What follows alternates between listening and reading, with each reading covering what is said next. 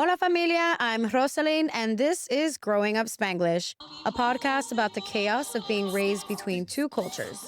If you grew up speaking English at school and Spanish at home, navigating traditions, family expectations, and everything in between, then you're in the right place. Our stories, our experiences, and maybe a little chisme along the way.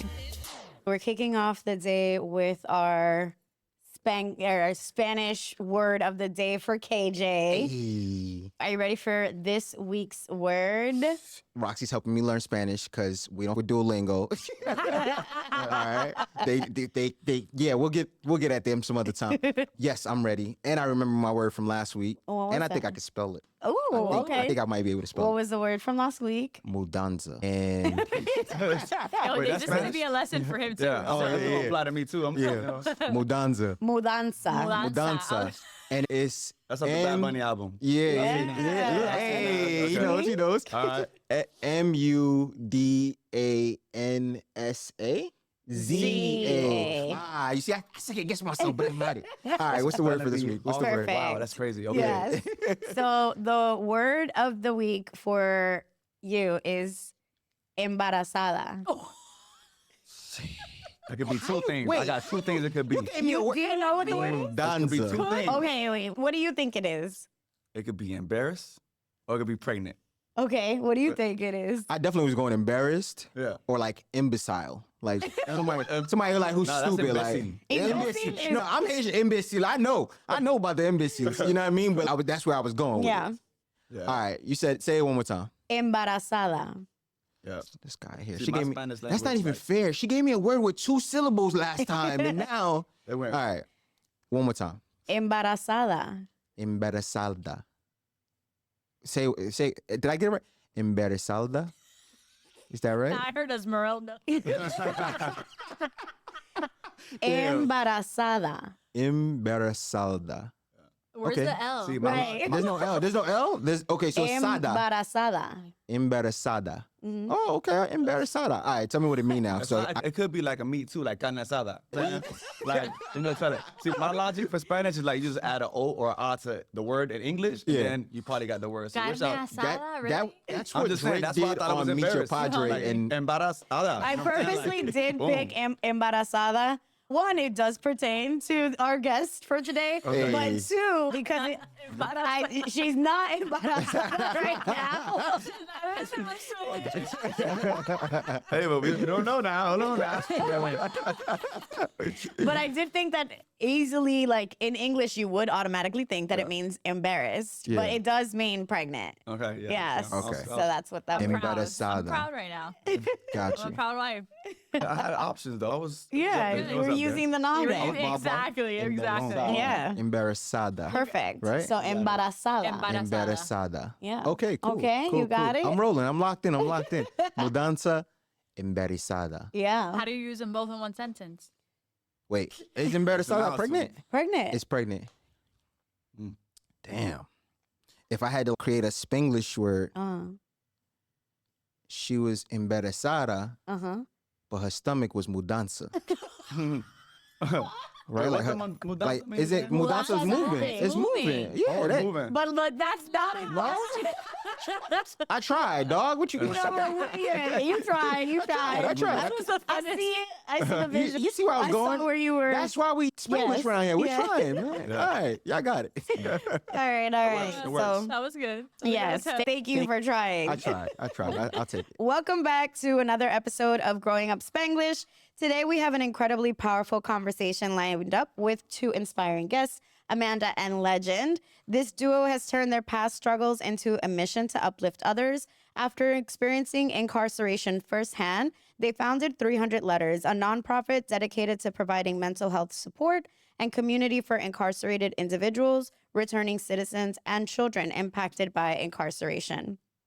Their journey is one of resilience, redemption, and purpose. We'll be diving into their personal experiences, the challenges of reentry, and how 300 Letters is breaking cycles and offering hope to those who need it most.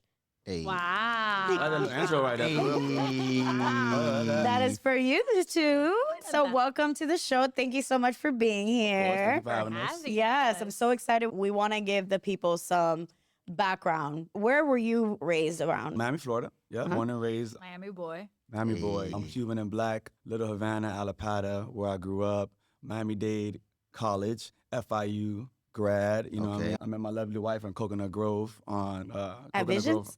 Grove. No, not Visions. That's before my time. Oh. We was at Mr. Mo's, which is actually not there Okay. anymore. It was college night though. Yeah. Yeah. Okay. One little Cali girl. Hey. Yeah, Miami, Cali girl. When I'm in Miami, it's you're not from here. When I'm in Cali, it's not you're not from here. So I always had like that. Where in in Cali did you grow up? I was born in California, but Okay. I grew up in different parts, in Orange County, in Tustin, and then came back. I was raised here, and then it was like the back and forth. Yeah, yeah. So then I was in the Orange County, then came back to Miami, then went to Downey. So it was just like back and forth my whole life. Okay, because I had that you mixture. definitely have a very Miami Oh, girl yeah. accent. Yeah. Miami, exactly. I feel the same way. But then here, everyone's wait, but you're not a Miami. No girl. way. Yeah, I get it all the time. I felt the opposite too though when I met her. I ain't hear like really, Really? accent like that. Okay. Yeah. I don't know. It's a mix. It's Yeah. like the Cali and Miami girl thing. Okay, gotcha. That's it. You guys meet in Coconut Grove, Yeah. and what was that like? You said it was college night. You seen That's him hilarious. round the way. Your eyes meet. Yeah. No, it was funny because my homeboy dragged me out that night. I did not want to go. It was Wednesday was a night. Wednesday. I had to go to school the next day. I Wow. was at FIU at the time.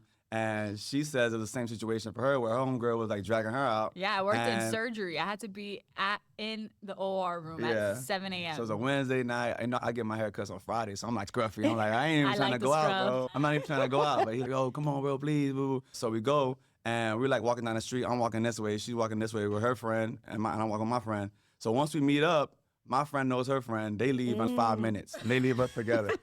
And we don't know each other at all. So we just, okay, what's up? And then we just start talking. But when we started talking, it was like meeting up an old friend, like right there, hit it off. Like, it was Wow. crazy. Oh, yeah. wow. And we were Yeah. And she was messing with the swag. I ain't gonna lie, I bagged her real quick. You know what I'm saying? But because she looking at my shoes like, oh, you got the same shoes my son has. You got style because she picked out the shoes. Now she picking out my shoes. I guess it went It full was all circle. connected. Yeah, And you've been crazy. inseparable ever since. Literally, Yeah. literally much. inseparable. I love A that. pain in Like- the was like butt, 13 years anything, ago, good, like- bad, cute, all of it. We're just there. I love it. So, getting into the history of what leads to 300 letters, setting the tone for everyone to understand the story and what happened. So, you were in school. Yes. You're at FIU at Yeah, that point. At that time, yeah. What were you studying? I was, okay, I think at that time I had already switched to communications. Not yet. Not yet? Oh, this is facts. Okay. So I was still transitioning from a bachelor's in science because I wanted to be a pharmacist. Okay. Yeah, Makes but at the sense. time I was a street pharmacist. So yeah, the cops laughed at me when they pulled me over with stuff they found me with. And they're like, ah, you're gonna be a pharmacist? They thought it was really funny. But yeah, after I got that charge, I had to switch gears. So I switched to communications. And yeah, and then once I switched to communications, I got straight A's after that. I was like, yo, this is way easier. Before that, I'm taking like physics, chemistry, biology, like all the crazy stuff. Yeah. And I made it far enough. I had tutors and everything like that, but communication was like easy, 1, 2, 3. So yeah, from that point, I got like straight A's all the way until I graduated in like December 14. And then I think January 15, I got indicted by the feds. So it's a crazy story, but pretty much You like were right it started into a the long story. Yeah, I Yeah, kinda you did. did. Yeah, what happened? Yeah. So, just to get some understanding, I've listened to an interview that you had before where you Okay. mentioned that you had 2 jobs and you still couldn't really make ends meet, which is what made you decide to become a street pharmacist instead. Yeah. What was that situation? Like, what were the jobs that, and were you like paying for school? I don't know if you heard the neighborhoods I'm from, Little Havana, Alapata. I was in a single family home the entire time. So my mom and I was the oldest of 2 siblings. So I had my younger brother and my younger sister. And we just broke all the time, bro. I remember one time like running into a Burger King and stealing the toilet paper and running out just because we didn't even have toilet paper at the time. So my mom did everything that she could like to provide for us and stuff, but it just wasn't enough. It definitely wouldn't be enough now. Eggs cost like $10, $12 now. It's crazy. But yeah, like around the time of 15, I just got tired of being broke. I started getting jobs, so I worked at Avon Pond. I think there's actually an Avon Pond. There used to be one in this building over here. What is But that? it's like a bakery. It's like, Oh, like Panera okay. Bread. Okay, like Panera okay. Bread. So I'll go to school. I'll go to the Panera Bread, or no, to Avon Pond, sorry. And then I was doing that like the whole time in 10th grade. I was already working at 10th grade. Okay. 11th grade, my manager over there, He took me to the plug who had some weed or whatever. I started selling weed on the side. He was just like, yo, you trying to make more bread? Yeah. And he said, I mean, he hey. used to It's smoke, I very don't know, Miami, whatever. right? Yeah. Like it's very. My manager the one put me on to weed. That's crazy. The manager in the bakery with the baked Yeah.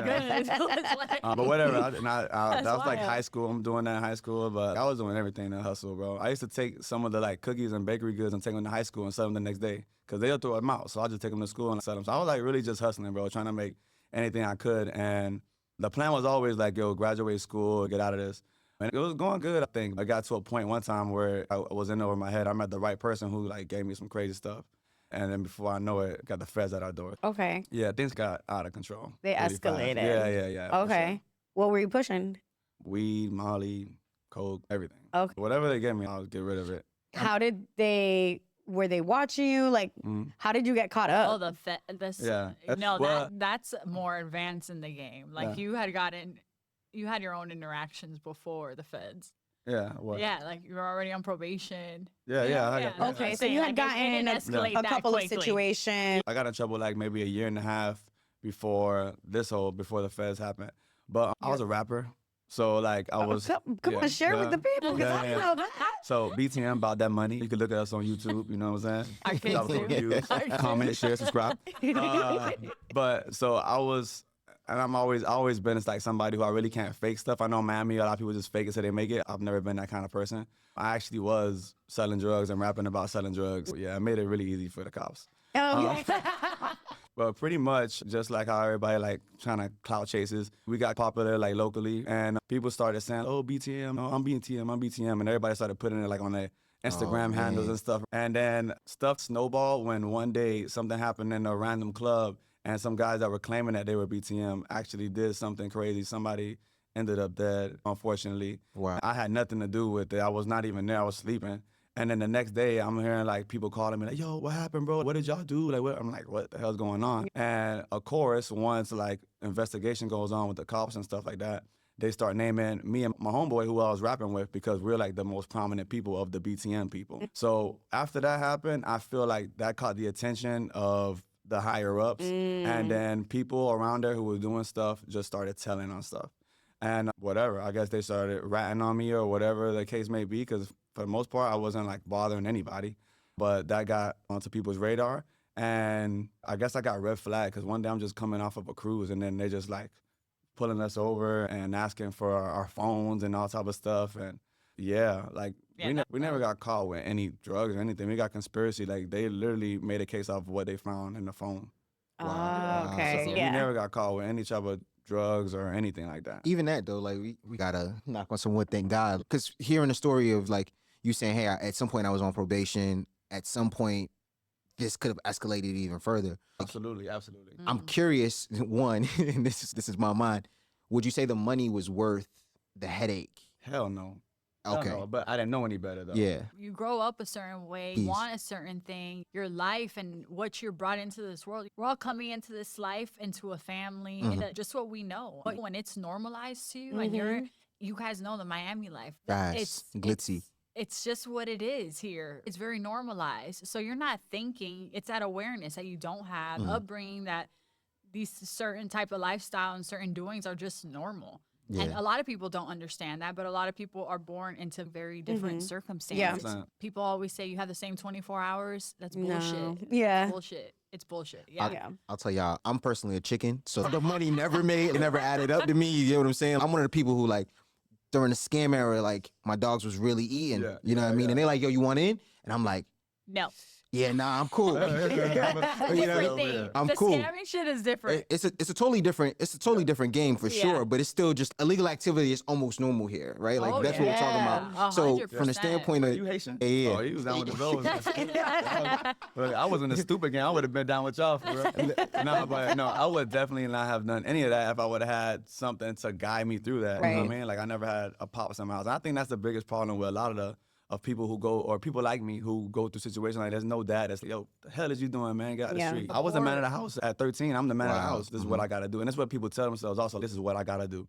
It is a little bit like survival. Like it's either Absolutely. what am I gonna do? Yeah, but when you have nothing else is parents working that for me. are living in survival and you have parents that are every day, it's like the demands of that day, making sure your kids are fed, making sure that you're paying the bills. That's survival mode. So that's passed on to you generationally. That's what your mom was living in. So that's what you're going to receive. So that's what we're at right now. Like, how do we get our families and our family, our communities into creation mode out of that survival Right. mindset? That's what Yeah. it's about, right? Because if that's what's in your home, what do we have to do today? How do I bring food to the table? How do we make ends meet? That's just that's what's going to cultivate in your family. Yeah. Yeah, I was actually at the juvenile yesterday, like talking to a lot of the kids. And what I realized is that, bro, these kids just need exposure to different experiences in life. Yeah. The first time I went on a plane was when I met this young lady. She took me to California at Oh. 20, This Young 22, lady. 23. Ooh, y'all heard You know what I'm saying? She's a player. Look, She's so I see but, you. but no, she brought me to the nicer things in life for real. I hadn't even been to restaurants before I met her. Right. And so it's just the exposure to different things. I met some kids yesterday, man. He was like, man, this kid's 15 years old. He's like, man, I'm trapping and dying. That's all I know. All I know is a trap. I'm like, bro, you 15, you don't know anything. So Right. it's like, Yeah. But it's interesting man, because it's disappointing. hearing your story and It's it heartbreaking. seems simple enough. I was the head of my household, essentially. I had to step up. I didn't want to be broke no more, and I'm 15. Hearing that, and then also, like, you guys know that I mentor with Shelby's organization, right? yeah. So Project 222, we see the kids. I just came from there before heading over here. And you are a lot of those kids that Yeah. I sit with every Monday. Like that story of, I just don't want to be broke, or my homie put me on, or the single parent is in survival mode. They don't even have the time to pay attention to what the what's kid's doing. happening. So it's a lot of these things that people, if you're not living through that on your own, or like me, like where I'm interacting with these kids, so I can understand what they're going through. Most people don't understand. They look at you and they just think, like you said, felon, right? They look at you and they just think, oh, poor choices. You didn't have to do that. But it's just like, it's not really the case. It's not as simple as you Society think. has Yeah, done a good job at doing that, though. Our country has done an incredible job at acting like them, not us. Oh, anyone that has that type of environment or that type of structure in their household that's criminal. Society has done that because the incarceration system here needs that. It needs the mass amount of people to think that, because it needs returning customers. Like, this country is built off of prison slavery and just that economic. It just works. It's the flow. So I won't get really into that right now. That's actually what I told some of the kids yesterday. I'm like, look, this happened to you, and like, it's either because you did it out of survival, or because you're around people who just make you do this. You didn't wake up and wanted to go burglarize somebody, put somebody at gunpoint. You just wake up and say, hey, I'm gonna go rob somebody today. Not how it works. Like, it's circumstances that put you in this position. Now you got two options. Either you can learn from this and rectify it and learn why God put you in this position and how to come out on top from this, or you just be a loser forever, bro. You know what I mean? That's what's gonna happen. Yeah. I remember, like, when I was in prison, like, I had somebody tell me, I'm not gonna be a 2-time loser, and I'm like, that's true. I ain't trying to be here any other day more than I'm already a victim to the system. How long you want to give them? So at some point, you got to take responsibility and just decide to make the right thing, the right choice. So you get roped up, you get indicted after graduating college, and you're there for how long did you have to serve? I got sentenced to 47 months, and then I did a program that cut a year off. I had good time and stuff like that. So I ended up doing 2.5 years. Okay. Man, I got sentenced to how much, baby? 24 months. I sentenced to 24 So let's months. talk about, let's shift the story to Amanda's part, right? Yeah. How do you get roped up into this situation? We meet, right? We're instantly, like we said, hey, what's up? Yeah. We ain't going nowhere. But I'm basically a single mom right now. I had my son at my oldest. I got pregnant at him at 17. I'm a senior in high school. So that's crazy. So at this point, I'm 22 when we meet? And I'm just like in my career, hustling all day, every day, working in the office. I worked in a surgery, in an OR room. I was in the aesthetics field. That was my thing. At this point, I'm already like certified in 20 different things. Hustling. So yeah, we meet and I don't think about it too much, right? Like, he tells me he's an FIU, he's a rapper.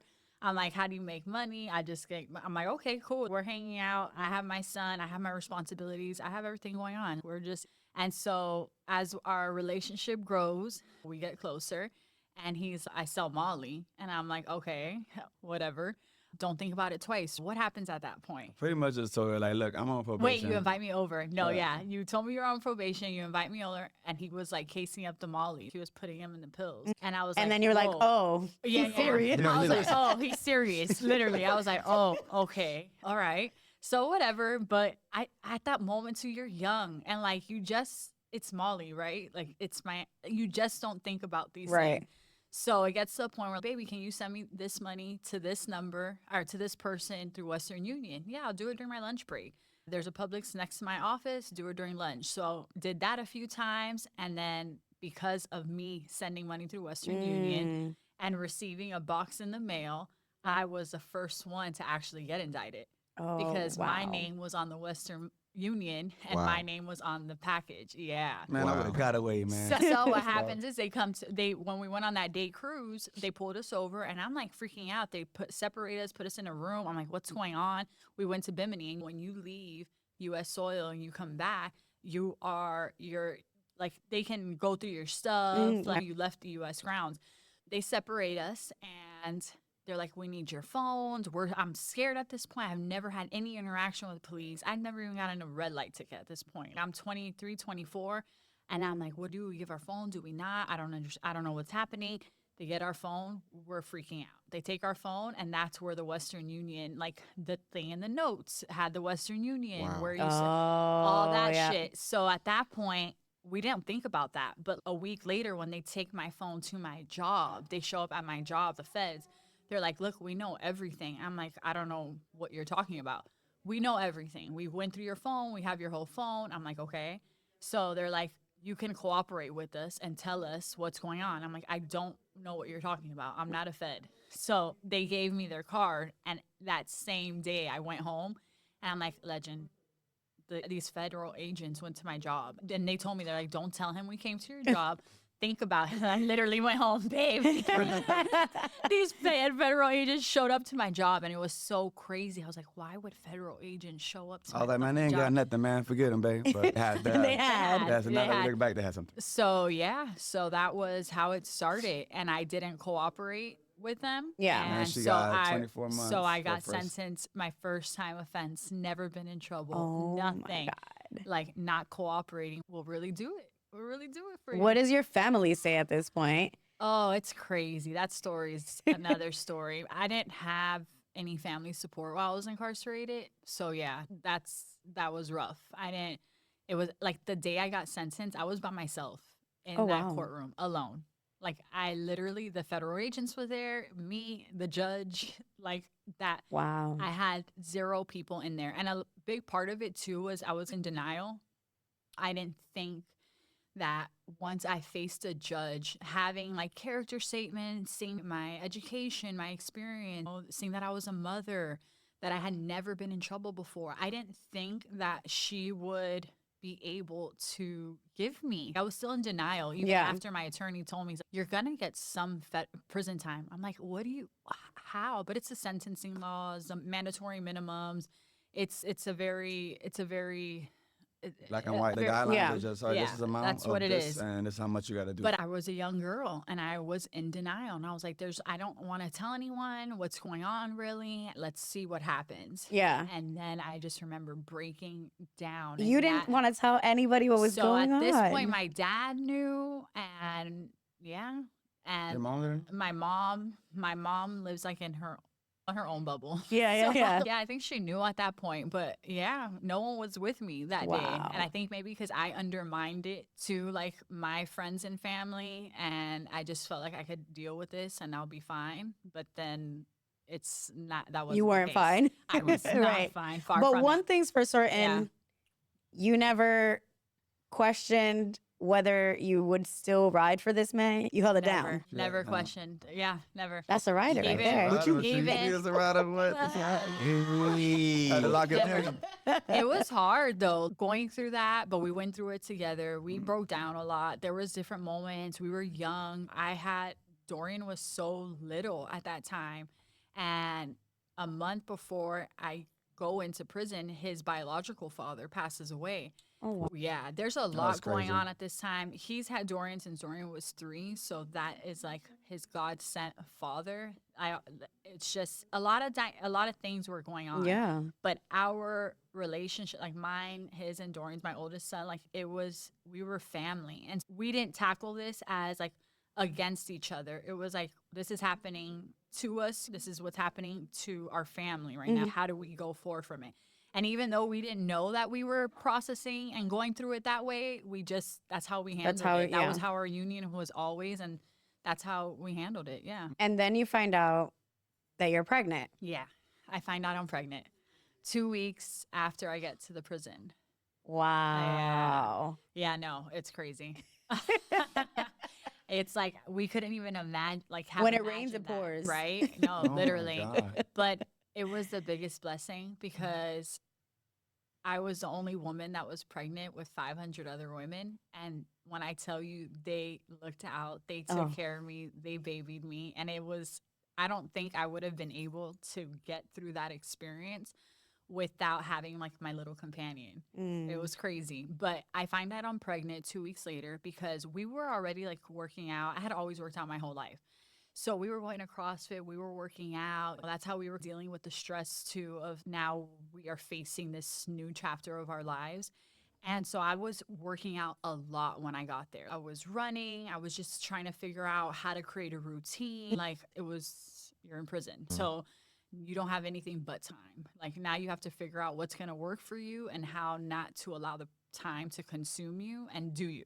Like Gotcha. that was it. So you I'm immediately come in and it sounds like you found like a game plan. No. Oh, okay. No. You were very sad and depressed. I was probably sad. I was crying. depressed. I got there and I looked around into this huge dorm with over 100 beds and like these small little rooms. There was no prison. There was no cell doors, but each little room had its little walkway and a bunk bed.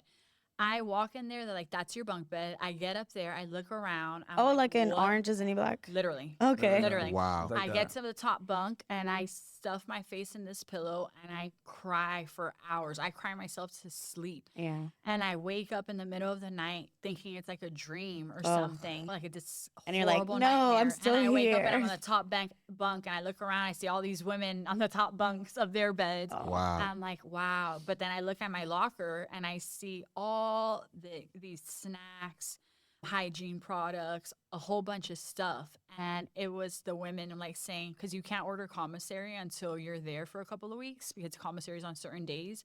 And then your money has to go through, whatever. So all these women had put like welcome gifts on top of my locker. And I looked at that and I was like, whoa, even in the most horrendous place and situation ever, women, we looked out for one another. And I just remember saying that and being like, wow, like how crazy. Yeah.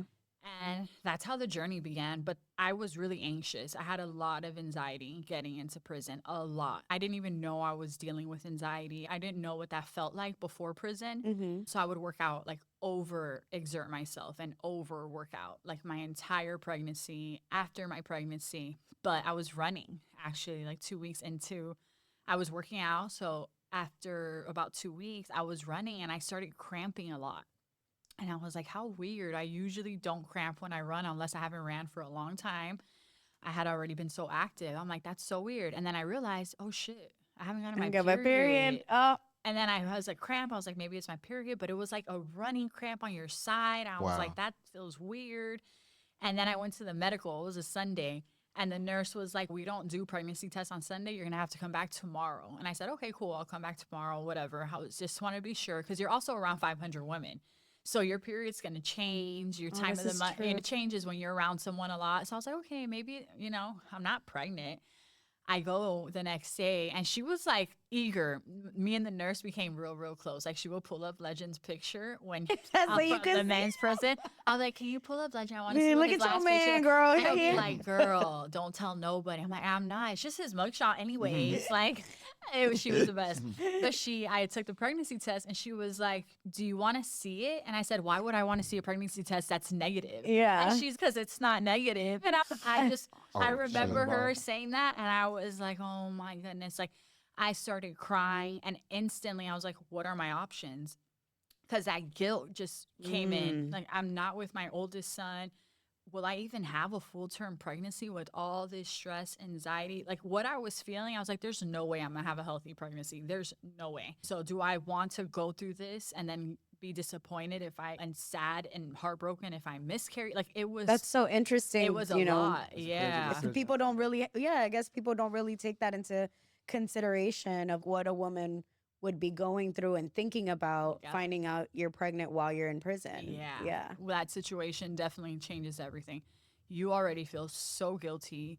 You feel like you could have done so many things differently. Like you replay your life and decisions over and over, especially as a mom. I was already a mom at that point. Yeah. So there was a lot of other things going on and I was... Is the treatment different? I don't know much about the prison system, but from my understanding, if you're in prison and you get some sort of illness, they make sure that you're being taken to doctors and stuff. Oh, they don't. Oh, they don't. They lie to you? Rare. Yeah. Break it down then. Let us know, because I would think that this is ignorantly that if you are in that sort of a environment, you would get prenatal care and they would make sure you're getting... There's still no guidelines for women that are pregnant in prison. There is still nothing set in stone, no guidelines in the federal or state prison that is specific to pregnant women. You would think it's the 1800s. And wow. Yeah, so it just depends where you're incarcerated, where you're at, who you happen to find a nurse, if you happen to have a nurse that you click with. If you happen to be amongst 500 women that are there for you, that end up supporting you. Yeah, that's not the scenario at all. And the medical system in prisons is very, very vague. And so a lot of people are not being treated or seen for months on end. Actually, a woman passed. That die, waiting to go see the doctor. When I got there, a woman passed because they weren't treating her for what her condition. And they just were ignoring her calls to the medical. And I have a close friend going through that right now with her loved one. Oh, wow. And it's... So when people make comments like, oh, our taxpayer money is going to these people just sitting there and getting food and a shelter and this, that, and the other. And it's ignorance. The taxpayer money going to the private prisons, they're making billions of money. The taxpayer money, yeah. People don't understand the prison industrial complex. They don't understand the prison system. They don't understand a lot of it, that prison labor is one of the foundations of this country. People are not understanding that. It's something that it takes a lot of education, and our society does not highlight. Our country does not want people to know that they are getting free labor for billion-dollar corporations inside of prisons from minorities, from Black and Hispanic people. In an era where history is being rewritten to take out that slavery was even a thing. So yes, they don't want to talk about. They don't want to talk about that. It's a loophole though. So slavery still exists under punishment. So what happens is the more inmates you have, the more slaves you got. Yeah. It's that simple. It's a loophole. Yeah. So what are people, when you're incarcerated, you have to work. And yes, it's good to work. It's good to have a distraction. But a lot of times you're working for companies or in areas that you're not choosing. You're being forced to work in specific things because it's benefiting. I think I got paid like $12. What was your prison job? I had a little job and I just clean the mirrors. Yeah, because you were in a program. Yeah, you did one on the facility. Yeah. So like in the 80s in North Carolina, one of the women's prison, they were making the Victoria's Secret bras. Oh, wow. So they're getting paid cents on hour. But how much is Victoria's Secret selling you a bra for? The women in my workshop inside of the homestead, they're putting together Gucci glasses. How much are they getting? $1 a day? $1 Stop. Oh, Gucci. But how much are you selling? How much is our Gucci glasses being sold for? So they're putting the lens, creating the prescriptions for the lens on these Gucci glasses. Break this down for me. How do you privatize something and the punishments and everything is set by the government? Like, how do these two things, how are they married? So it's funny because what you're talking about, Mark Lamont Hill was on Joe Biden's podcast. He's now a recurring cast member, and he was actually expressing, because he asked the question of, is society set up for the single black man to essentially fail, whatever the case is? And he's ultimately, the people who run the country have set it up to where the jails, the reason they exist is for human capital. Mm-hmm. America's most lucrative business is human capital, which was slavery. In order to get back to, that's how that comes into play, right? That's why prisons exist, is to get back to slavery, because of the 14th Amendment, from my understanding. 13th Amendment requires people to be locked up in order to be slaves. So from the standpoint of private prison or private business, it's someone who says, I have the money to build said prison, and now I'm going to bid for a government contract to make my prison that's what it is. Essentially a thing that the state can use or the government federally can use. So it's the same concept as like, yo, if you were a exterminator, you still got to bid for said contract to do business with the government. It's the same concept for jails. They have to essentially say, hey, we're building this jail. We're bidding that your prisoners will become our inmates. And at some point, you can use them for said labor process. Force, and then exactly. That's when these big companies reach out to make them create the products and everything else that they do. Our masks during COVID were being made in prisons in New York. In prisons in New York. Yeah. Wow. So they were making those masks for these medical companies to be sold, and then you got the people who buy to sell the commissary and the stuff that we eat on in the prison grounds. Like, those are privately owned as well, which is also a lot of money that they have to. Yeah, here we buy a cup of noodle for what, $1.50, $2. In prison, you're buying a cup of noodle for $5.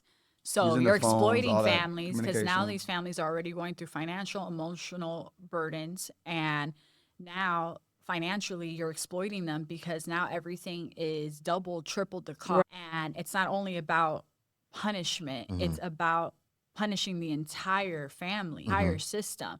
So that cycle just keeps going, that cycle of poverty, of generational trauma, of the struggle, of survival. So that's embedded into the prison culture, and that's what it was ultimately set up to do. Like, these prisons are not equipped to rehabilitate.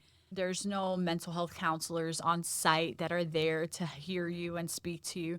Everyone on the prison is there to judge, talk shit. Like, they don't care what you have going on. And they don't care sometimes about they're your also individual self. doing You're a crime number. too. Absolutely. Absolutely. They are. People think that the number one way that contraband gets into prisons is the through, family, but through it's the family. the It's through the employees, guards and the employees. But of course, that's not any type of media they're going to put out there.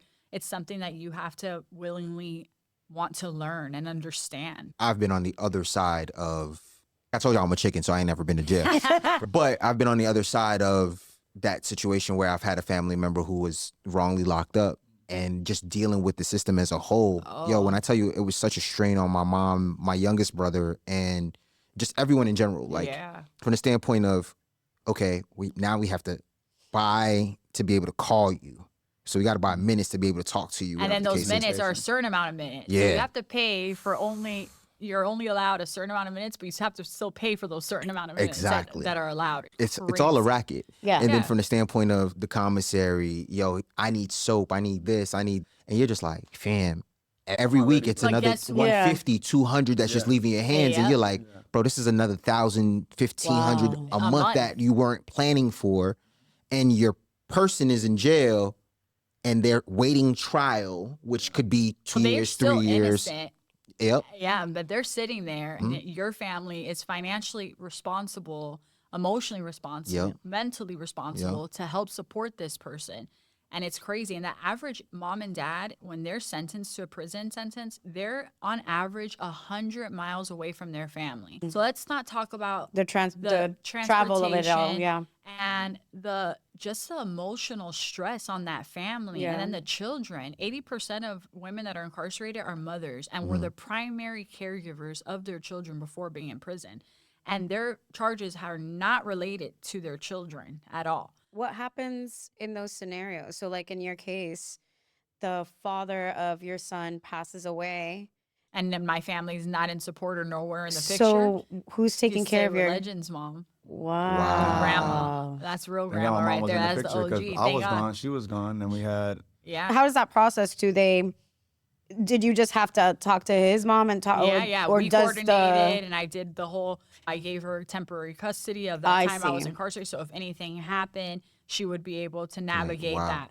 But because she's not his paternal grandma, but that's his grandma. Hey, shout out to your mom. Lucky 'cause- Yeah. Oh For real, yeah. for real, for She's And real. he was the hero blessed in the story. Yeah. Yeah. And that's why we have one of our programs. It's called 300 Heroes. And it's a program for the caregivers of minor children that have an incarcerated parent because they're the real heroes of the family, the people that are the backbone supporting, keeping the family unit and the structure Yeah. together while there's a parent incarcerated. And all the women, all the moms I was incarcerated with were all first-time offenders. Wow. Oh, can you imagine your first-time offense getting sentenced to 2, 5, 10 years when with minor children? One of my closest friends, her oldest son attempted suicide because both of his parents were incarcerated. First-time offenders. It had to do with like insurance fraud in the medical setting and just crazy that never set well with me. I couldn't understand, couldn't comprehend, something that never left my mind. It was a constant. I just couldn't. I couldn't understand how a family could be torn apart like that because of our justice system. I look at it from the standpoint of how you're talking about it's designed this way with the intent of, one, making it difficult for the family to even care to see you. Yeah. It's expensive because now it's this whole other burden. So your family at some point is, bro, I ain't got no more bread. I ain't got no have the more time. I ain't got the energy. Yep. So at some point, this person who's there awaiting for their sentence to finish, Becomes forgotten. they become forgotten or hopeless, whatever the case is. I always put myself in a position of somebody who, yo, what do you do after you do 25 years left? And that's probably why they go back to jail in most cases, is because they're like, yo, I come out, I don't have anything to show for nothing. Yeah. Family's not family anymore. Yeah. Like, where do I go now? You know what I how mean? difficult it is to pick up the pieces after doing 15, 20 years, try to I can rebuild imagine. yourself and prove to the world that you are not just an experience, that you're not just the amount of time that you did in a prison. But like you said, it's a system and it's a cycle. It's and so you exactly. fall right back into into it it. because you don't really know how to acclimate. Not only is it the time lost, but so much has changed. Oh, yeah. How do I adapt to all I these help changes? people do their Gmails, and it's in a small amount of Right. time. It's what is all this? 300 letters Yeah. and the organization. How does this come to be? So the 300 letters is because that's the number of letters that you were writing each other, to yeah. each other. You get out, you complete your sentences. When do you decide that this is the mission that you want to take on, that you realize this is important and I need to do something here?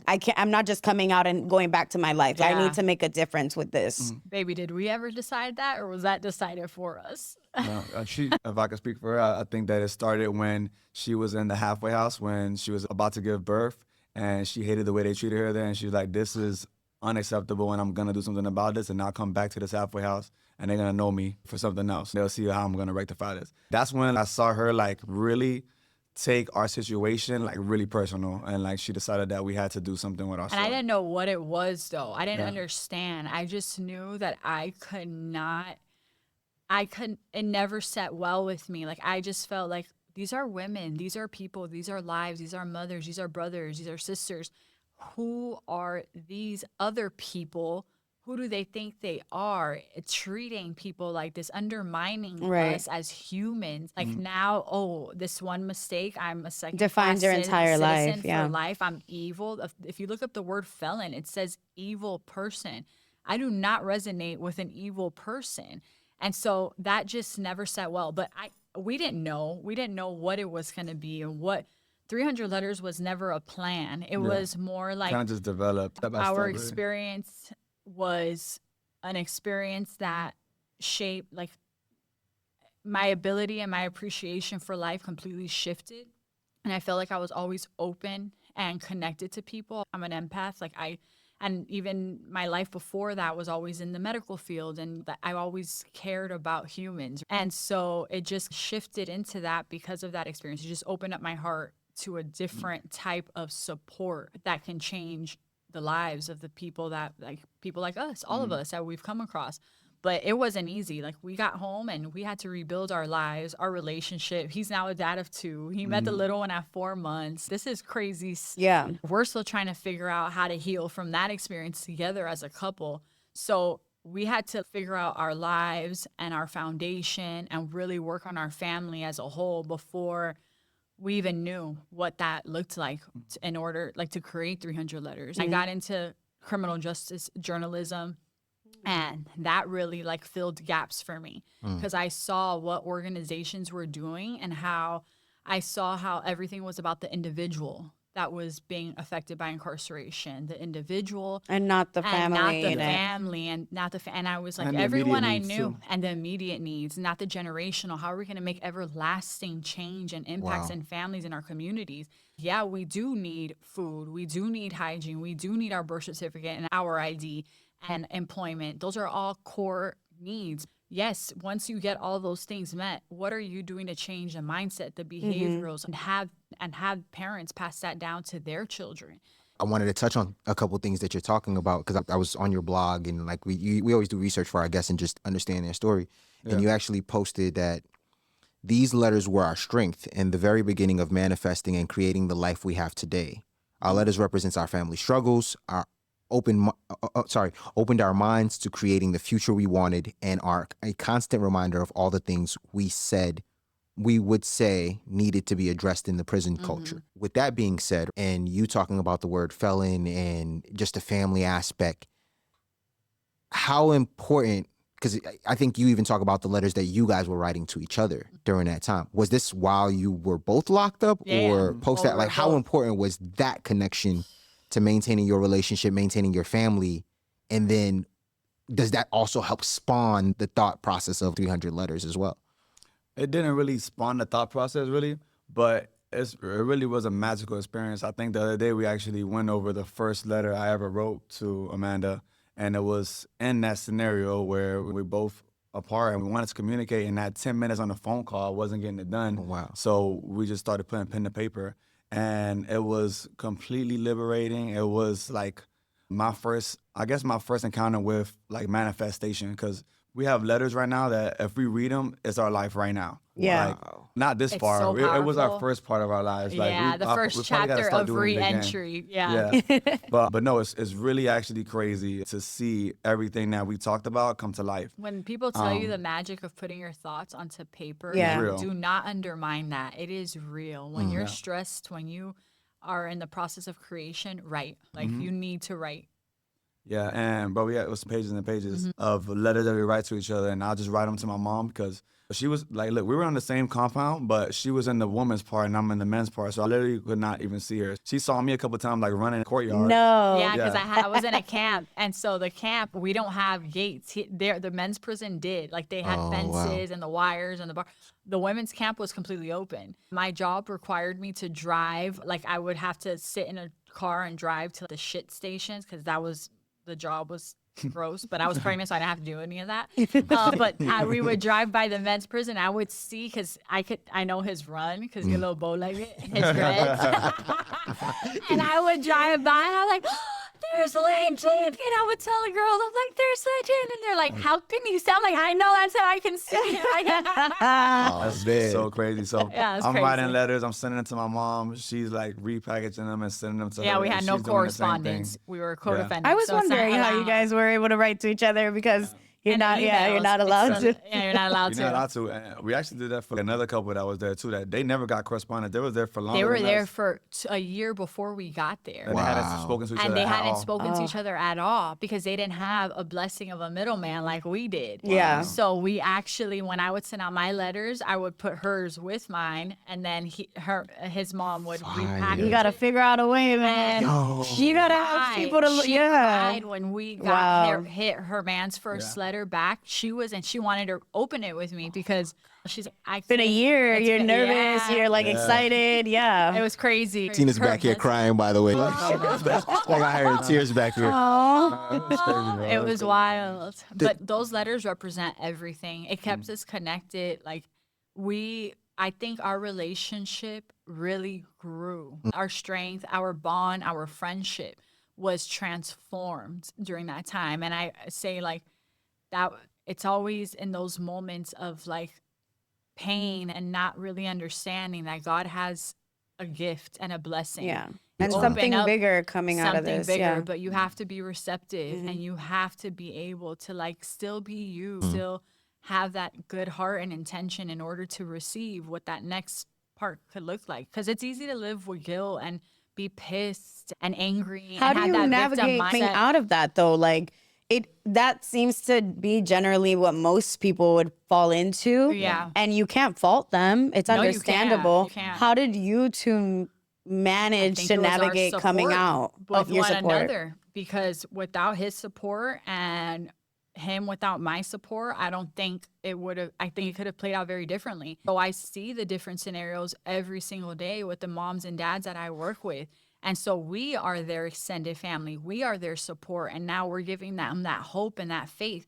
Like today I had a coaching session with one of my girls and she's like, Amanda, and she's only been out of prison she's in a work program. She's not even fully out of prison. She's out of prison, but not, because it's very limited mobility. Like she can't move too much. But she tells me, she's, Amanda, I want to go with you back in the prisons when I'm done. Once I have my story and I'm successful and I'm back with my kids and my bond is strengthened with them, I want to go with you. And I told her, of course, that's what we do. That's what we're doing. Yeah. You're going to go back. And when I got home from prison, you told me I was going into the prison.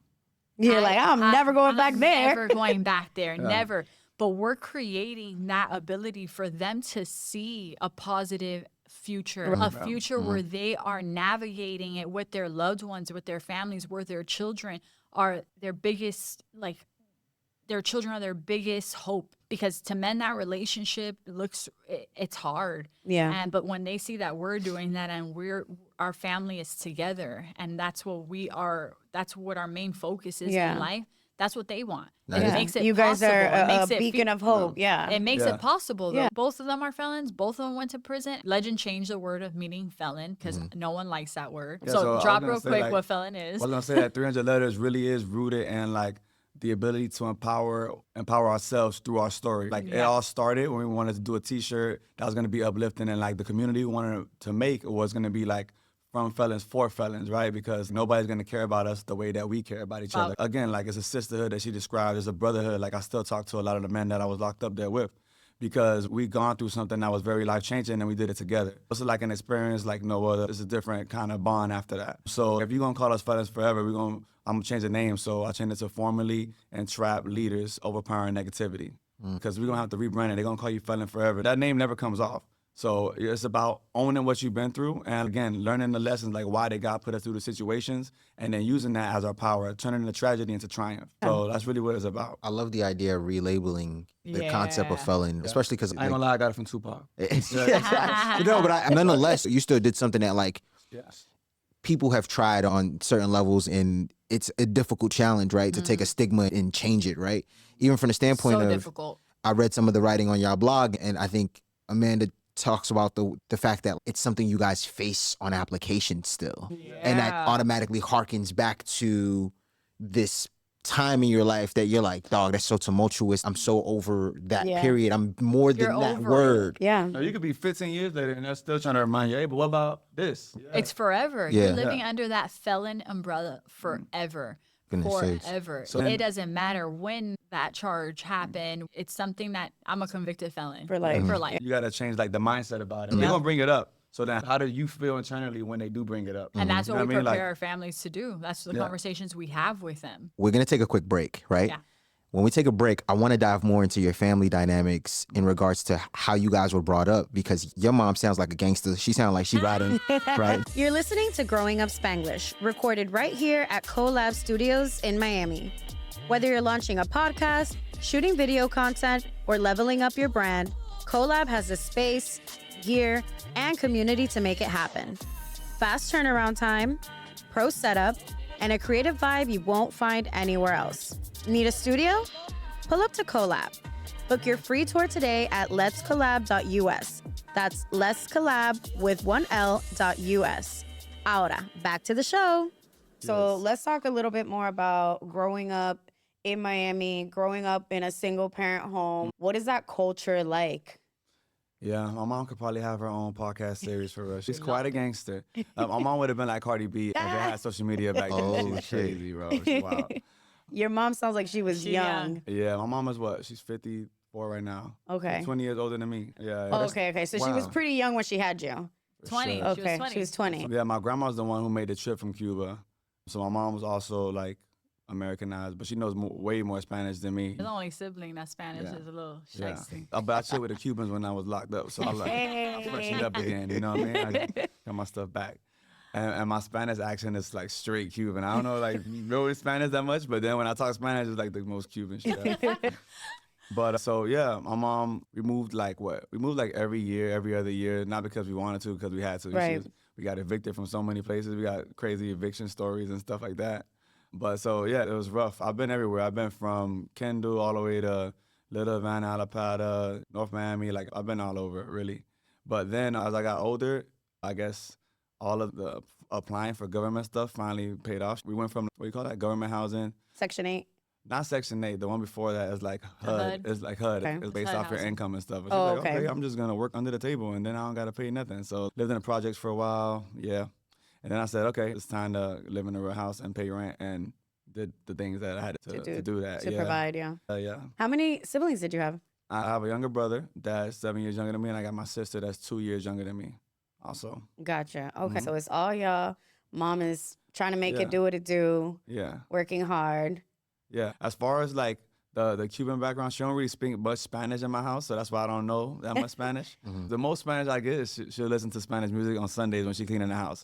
But besides that, bro, we was pulling up to like middle school. She's blowing like the gangster rap, like Pitbull, Lil Jon, and like, B.I.B.I., like the crazy stuff. Why are you Crazy crunk? shit. Why are you crunk right now at 7 in the morning? That's hilarious. I So know. because your mom was born here, so she was pretty Americanized, is what you said, right? Yeah. The culture is still Cuban, you know what I mean? Like Yeah. she cook Cuban food only, like, you Oh, know what I okay. mean? And abuela super Super Cuban. She's the reason why my mom and my dad met. I mean, my grandma was here like in the 80s, so she was very much in the crazy 80s lifestyle, Gotcha. cocaine cowboys type of thing.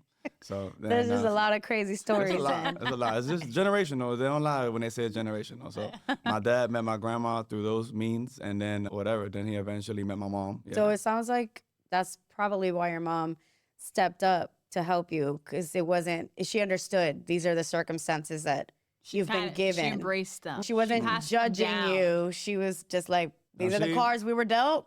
yeah. Is what we got to do. Yeah, it was very familiar, a lot of the stuff that we did. Yeah. She probably taught me a lot of stuff that probably shouldn't taught me, to be honest with you.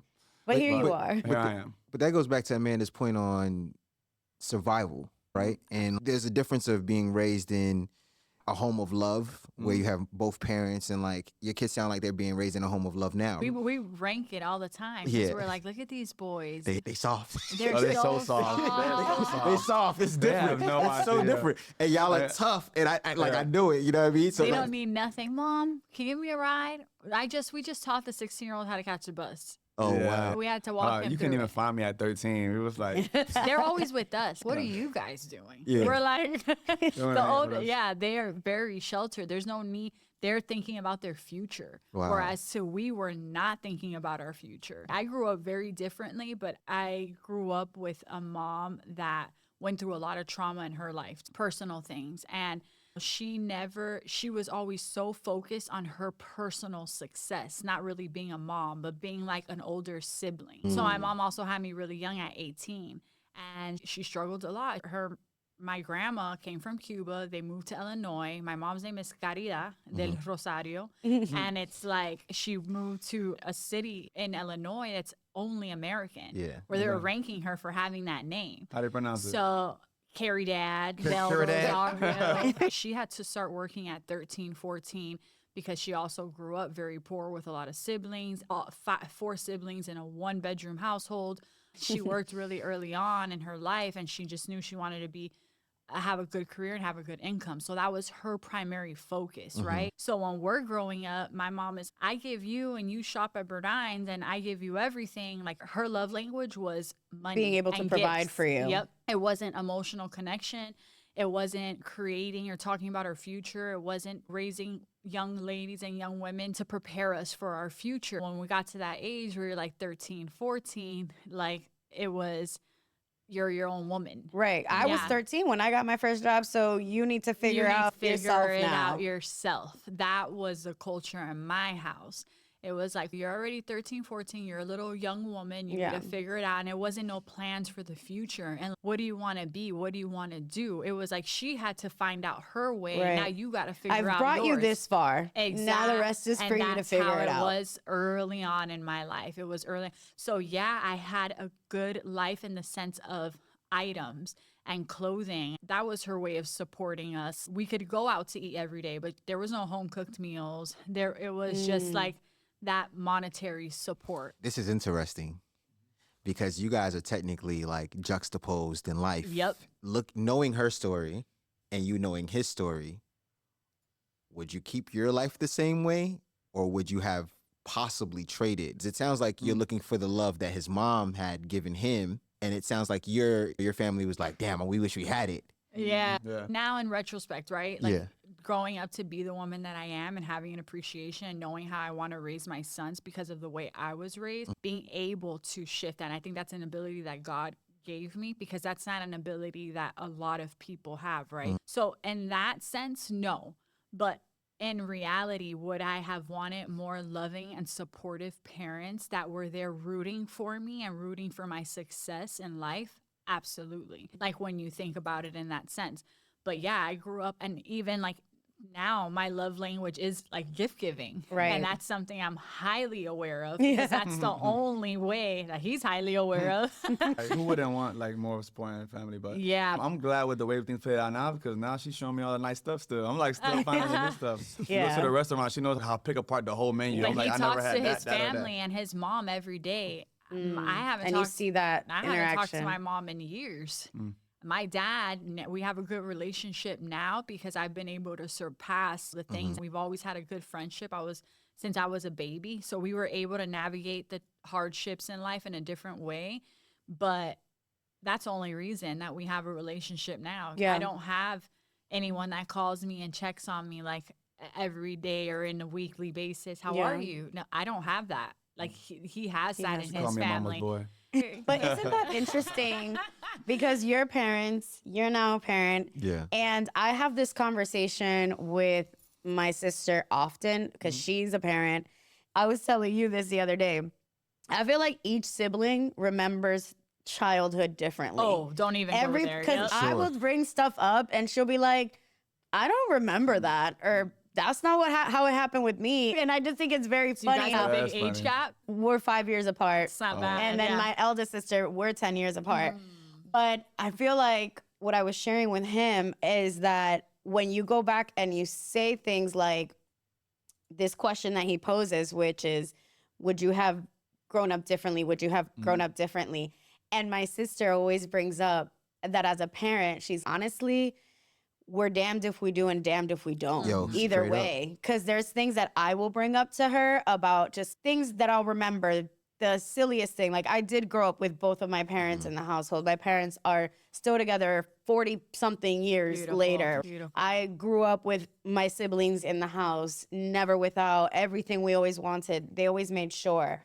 But then something that's very important to me, for example, I was in theater for 7 years. And something that I always remember and always stands out is the fact that my parents never came to any of my shows. Absolutely. And so I'm telling my sister, like, yeah, if I told Papi I wanted this thing, he would if he had to go to the school board to get me into the school, he did that actually one time for one of the schools I wanted to go to. Yeah. So my dad is that type of dad. He'll do that.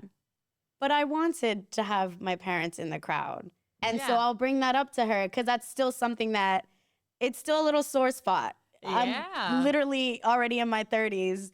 I'm about to be out of high school 20 years now. And I still have this little thingy. And so my sister, now being a mom, she'll be like, you're damned if you do and damned if you don't. Because now she makes sure she's at all the kids' things. But then also being like, how do I have time to work and be a wife and be a mom and parent? You can't figure it all out. And everyone has their strengths as parents too. So like how you say, your dad will he'll fight for you, but maybe, you know, that theater timing when he got off of work and you're in theater at 8, 9 o'clock and he's like, girl, like, I have your mama to tend to and your siblings and I gotta rest. And then everyone has like their own, like, their strengths, what draws them more, what pulls them more, what certain areas in life they're just naturally good at, and then others where you gotta force yourself.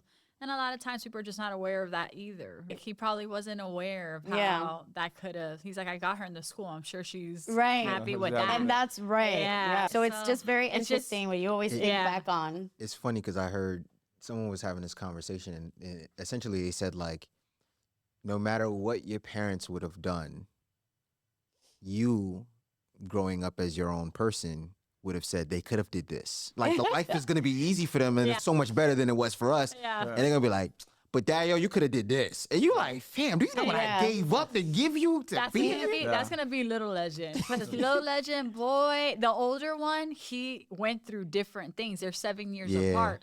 So he has a different appreciation for his parents. And he remembers things differently too. Like, he's just more mellow. He's not spoiled at all. We know what he likes because he'll say it. He don't even ask for anything. The little one asks for something every day.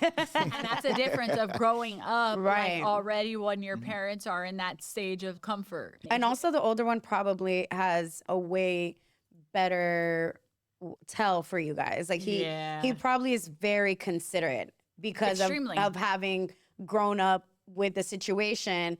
And sometimes kids will do this where they want to make things easier for the parents. So that's probably why he doesn't really ask for things of that nature. The other one grew up both of y'all around. Things spoiled. Are good. Yeah. Spoiled. Things are good. Everything's great. Spoiled. Yeah. He's always been like a little man. Not always. I remember when we left, he was like 7 years old. When we came back, he was 9 and he was just like so serious. Like, he had grew up so much in those 2 years. Yeah, he did. And ever since then, I just feel like he had a mustache. He's been a man since. My baby, he's always been like a little man, an old soul. Always. He was born like that though. Yeah. Like, and the little one, born crying, wild, like the complete opposite. The little one's a nut. He's crazy. I love this. I'm listening to some of the things that you guys are saying. Parents, nonprofit owners, or nonprofit leaders, right? Yeah. And entrepreneurs, because you expressed that you always had the hustle in you from selling the cookies, making things happen, whatever. It was like, I'm going to get it. Yeah. Currently, you guys run a... So I manage a gym called Legacy. Okay. In Miami, by the way. No days off. Hold on. You know what I'm saying? Got the water right over The Wynwood location is the one that I manage. I'm lucky enough to have been there for 8 years right now. Actually, the way I got the job was also a felon. My boy Sean Casey, shout out to him. He was there when I came home from prison. I did not know him from out at all. But again, that brotherhood, just knowing that I came from the same situation, they told me this is the dude to call when you get down to Miami. So I called him up. We said, yo, I can't promise you anything, but pull up. And then I did. I worked out. I met the owner. He was like, yo, I'm going to give you a shot. And it's been history ever since. Yeah, that was when there was like one location. They've grown up a lot. I think they have, we're about to come on like 8 locations now. I've just been balling out with them. It was a great opportunity for me to like really pour myself into something that I believe in, because the motto was no days off. I've always been on no days off. I've been using that as a hashtag since 2012, 2013. So it's always been like a hustle mentality for me. And I feel like I already wasted so much time. It always feels like it's a catch up right now. Even though I look nice and rejuvenated like this, slept well for a good 2.5 years, no drugs, no alcohol, no nothing. That's true. So I really, if you think about it, I'm like 31 right now. but yeah, it was an opportunity for me to lean in and really get in touch with the community. And also I got a part of something that like transcends just like statuses, right? Like I feel like it's a couple of things that do that. Music, fitness, like everybody needs these things. Right. Religion, right? So I did the music already. Now I'm doing the fitness and religion. I might be getting a little deeper into that, you know. But yeah, that's what we're doing now. And like, as far as like the entrepreneurship goes, like we done it all. We've done it all. Amanda's a trainer too. She came out being a trainer too. Yeah, I became a personal trainer. Obviously, we're both locked up. We're working out like 3-4 hours a day. I gotta look good for this girl. You know, she was doing the same thing. I had to bounce back, snapback game, crazy. So we both were trainers. She had a car rental business for a while. Well, anything that comes up, we always trying to. When I got back from prison, I started working. I was fortunate enough to start working where I used to work with the surgeon and running the surgical center and everything. But then I had an opportunity because I was a convicted felon. There was an opportunity for Univision. They were hiring one felon in Florida, one in California, one in Arizona to do criminal justice journalism. And I was chosen in Florida. That's right when the pandemic hit, but that was really like what made me shift gears and leave my old profession behind and go straight into nonprofit. To start a nonprofit, it's craziness. And break that down because too far from what it sounds like nonprofit. We ain't really making no, absolutely. But I think a lot of people don't understand how to get it started. Yeah. And two, don't understand that, you're not making any money.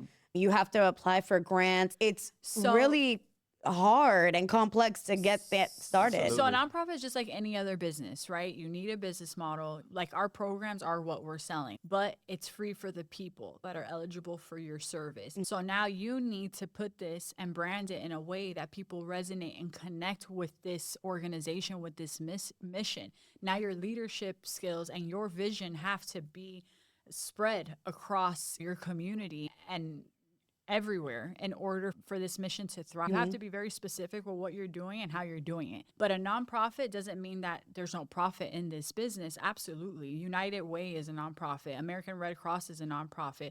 Churches are nonprofits, and you guys see mega churches everywhere. These are nonprofits, but it's the alignment with the people. It's the connection. That's what you're ultimately selling. So you need people on board. But grants are a major part, but grants are only around 20% of what generates income, revenue for an organization. Organization is based off of donations on your events, on your galas, on your wellness events. So the fundraisers. So the fundraising is your number one source of income for your organization. And really to expand an organization, you need community, you need that support, you need people to understand your mission. That's what it's about. But there's so many elements to nonprofit, but it's just like any other business you're building. And you need all the roles that it would take to help scale a business also. So you think about the social media, the admin work, the footwork, whatever it is, the outreach. The person who is yapper, because you got to be able to pitch this and bring in the funds. So right now I'm all those people. Yeah. I have one other person. Imagine that one person doing all those roles. Yeah. So that's the challenge we're for sure. We're like in a nonprofit space. I think we're almost 3-4 years. We're considered infancy because in the nonprofit space, because of course it takes a lot, to, like you said, fulfill those roles. Like you have to have sustainability of income being generated. So like how a podcast would need ads and merch, that's the same thing. Yeah. We need ads, we need merch, we need different streams of income, like to help create that so that you can expand. But we're lining up with those more senior nonprofits because luckily we have a powerhouse and a brick house and Amanda here. And she's been working very hard. All right? Listen, the woman does it all. All right? No, really she does. That made me blush. Do me a favor, tell the people where they can donate, considering that it feels like this is the right time, right? Absolutely. Absolutely. Look at this camera right here. Right there, that's your camera. Go ahead. 300letters.org. There's a donate button on the top right, on the bottom right, on the top left. And you can donate. You can become a monthly subscriber. Give up your coffee. Give up that $10 latte and give it $10 a month, because 100 people giving $10 a month will generate a year of family therapy for a family of 5. Wow. Rebuilding their lives and healing together as one. Your coffee, just one coffee a month. Yeah. And Literally.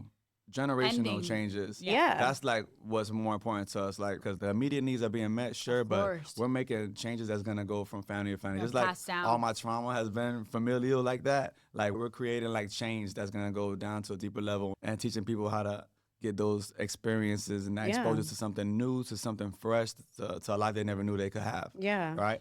And we also got cool ways to donate as well. You can buy merch. We got cool merch. You know what I'm saying? I would love to actually tap into that, because a lot of what the organization does is provide that mental health, the advocacy, the community.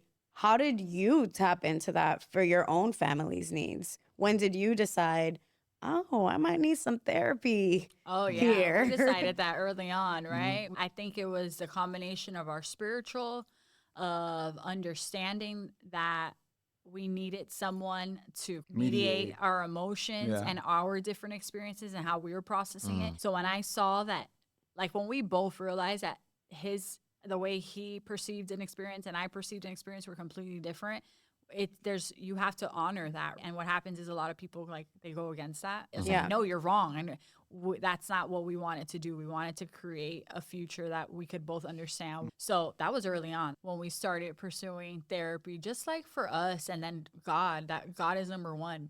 And then when you focus on God, then you learn the lessons and how to move different and be different when you're letting God guide your steps as a person and as a parent. And then, so we went through that first, and that's how we realized what was needed for the organization. It was based off of our experiences. Like, one of our families was on the way to the court to get divorced after incarceration. Like, he had gotten home, they were trying to figure it out. Then they heard of our Healing Hearts program. And if you see their testimony, you would be in tears. When you don't have access to therapy, when you don't have access to understanding your emotions. Or like you said, you didn't realize you were experiencing anxiety.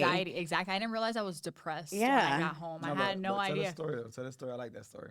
I'll share the story. Do we have time for the story? So we have a workshop inside of the prison, right? And it's in the women's prison. And so I have a class of 30 women in there. I met a mom in there. She was part of our workshop immediately. While she was there, her and her baby daddy had already broken up before she went to prison. So they have 2 kids together. He's taking care of the children. She's incarcerated. It's been 2 years. She has like another 6 months left. She started our workshop. So then she recommended to him that he starts our 300 Heroes program, which is for the caregiver. He was our first father in that program, because usually the caregiver of minor children is a grandmother or the mother. Dads really don't take care of the kids when a mom's in prison. They end up with other immediate family members or in the system. So he actually saved his children from the foster system, and he got his children back, and he was taking care, full dad mode. So he applied to 300 Heroes when she recommended it. I spoke with him. He was the only dad in there. So all the other caregivers were women. All the spotlight was on him all the time. All the time. His feedback, his male perspective, all the girls needed it. Like, it was great. But they were broken up. So she gets back home, and she wants to start the Healing Hearts program, which is for any formerly incarcerated mom or dad. It's individual therapy, family therapy, coaching. We help you with practical skills, whatever it is that you need.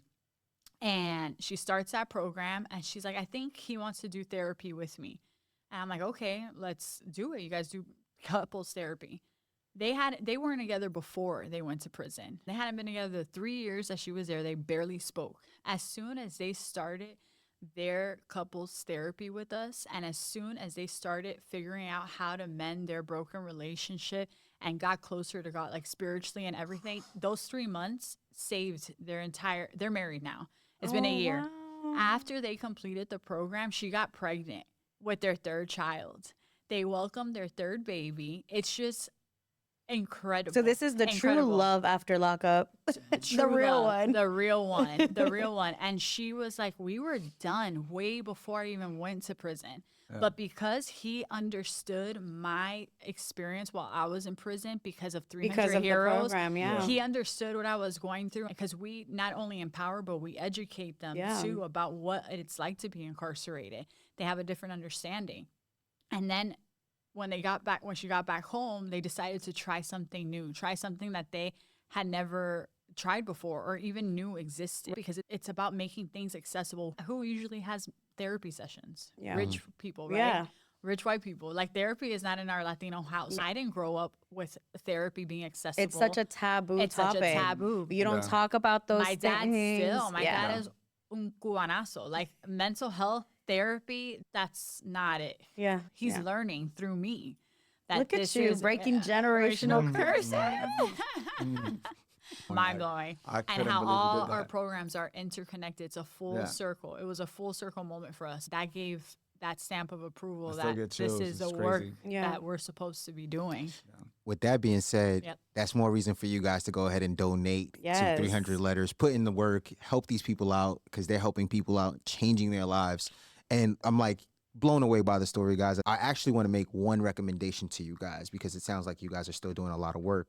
There's a book, and this is not an ad, so don't take this as an there's a book called It Didn't Start With You by Mark Wallen, and it's all about the generation. If you haven't read it already, and if you have, phenomenal book, really great read, but it's all about how a lot of the things that are traumas that we learn 2-3 generations back. Absolutely. So like, even from the standpoint of the people that you're helping, maybe that will help them also if they understand that. Yo, the shit that you're feeling, the things that you're dealing with on a day in, day out basis, yes, you're the one dealing with it right now, but it didn't start here and it doesn't have to stay here. That change. So like you're saying, you're being the change effective to your kids, and they're already softer than you guys are, which is beautiful. Which is the goal. Which is the goal. Like, beautiful, absolutely. you know what I mean? So I commend you guys. Thank you so much for the hard work. We're gonna wrap it up with one last, our little segment that we like to bring out. The famous cookie tin. Bro, I was looking at that cookie like, yo, y'all finna break them cookies down. Like, I love them. So- This is a household staple. Are you familiar with my this? grandma used to have them all the time. And what was in here for your grandma? Was it cookies? Butter cookies. Mine was It was sewing. always butter cookies? You see? I was a And then- Right. So everybody has different, but I'm so happy that yours was I actually got the cookies. The only one? Okay. because no one ever says, "Oh, yeah, I found cookies." Everyone always has a different. You would want cookies. right? You would want cookies. It wasn't in but- there. So we bring this out, and then we just want you to guess if you think, what do you think is in here, and then you open it up and see if you're right. How funny. So what do you guys, what do you think? I got cookies. Please let it be cookies. Okay, you think there's cookies? I don't think there's cookies. What do you say? think? You said somebody said sewing kit. You said sewing That's kit? what She was said that's in mine. normally, okay. but Mine was all sewing my kit, abuela buttons. always had Oh. a Yeah. sewing thing. I would The open Randall it and I bricks. got pinched and she would have Yeah. all types of crap in there. Yeah. So you think, okay, so open it up and let us know what's in there. I was close. Oh, that's It's a even cookie. better. Bum You know what cheese. cookie this is? Guayaba. Spam and That's what Dirts, it looks like love and from cheese. It's from, whatchamacallit place? Night Owl. Night Owl. Night Owl. It's This the is better Ave than- Maria man. cookie. I said the op. Well, So I know Farm and y'all Dirt's are my- personal trainers. I don't know how strict you are I with ain't that, sure at all. but I this is a got very mind control. It's going straight to my muscles. yeah. It's very cool. This is a very decadent cookie. So Yeah. so you split it because so it has the Maria cookies. Do you know the Maria cookies? Yes. It has pieces of that in it, and then it has a piece of guayaba in the middle. Fire. We're It's a night. top No, notch. I've Fire, had fire, this. Best, fire. yeah. Fire. Oh man, but Oh, yeah. man. On that note, enjoy that cookie. That's for thank you. y'all. Wow, That you was- got very blessed because I thoughtful. was ready to sew some shit. Oh my God! But thank you Good. I all said it was good. so much for joining us, for sharing your story, for being Yes. so transparent in sharing your story, because that's also Absolutely. really important for people to be able to see themselves in what you've gone through, and just even some of the things that you brought up of like how you grew up and things of that nature, and how you mentioned as well, like just your childhood and how these things contribute to the path that took you to where you are now. And Yeah. thankfully you guys were able to turn that around. So thank you so much for sharing that. And Wait, I got one last thing. yeah, absolutely. We got a gala coming up in the beginning of June. It's gonna be at Casa Nails. It's gonna be our gala. Masquerade of Miracles. Masquerade A of Miracles. It's gonna masquerade? be A masquerade. I love ball. a mask. I love a Look, theme. y'all don't know. That's Roxy's bag right She's there. gonna kill it. She's gonna get her. Roxy love a theme. Her mind legit saw just that. She's like, oh my God, yes, I'm with it. Yeah. I love I want it to be beautiful. upscale. 'Cause Hell I'm yeah. trying, Yes. trying my best to not think of the song Mascot by Future. Please. Stop. What's the date of the June 5th. June 5th? June 5th, Okay. Casa Nails. It's our bread and butter of the year. So This people is buy needs to be- tickets? Yeah, yeah. Yes. We'll have a okay. link on our website, on our page. It's already there. Word. Like our early bird tickets are active now. Perfect. But yeah, it's gonna be amazing. This is Miss our this third annual gala. Yeah, so we're it's getting gonna good at be this. We're getting good at it. Yeah. Let's go. Good. Take us out Perfect. of We'll Love wrap it. things up, but thank you for everyone joining in. If you are new here, welcome. I hope that this episode resonated with you. I hope that it really hit a spot. If you felt heard or seen, or this story relates to you, I'm glad that you were able to join us. If you're a returning listener, thank you so much for coming back. That's And game. as we always mention, the whole purpose of Growing Up Spanglish is really to help people feel seen and heard. And that's what these stories are all about. So stay tuned and come back for the next one. Thank you.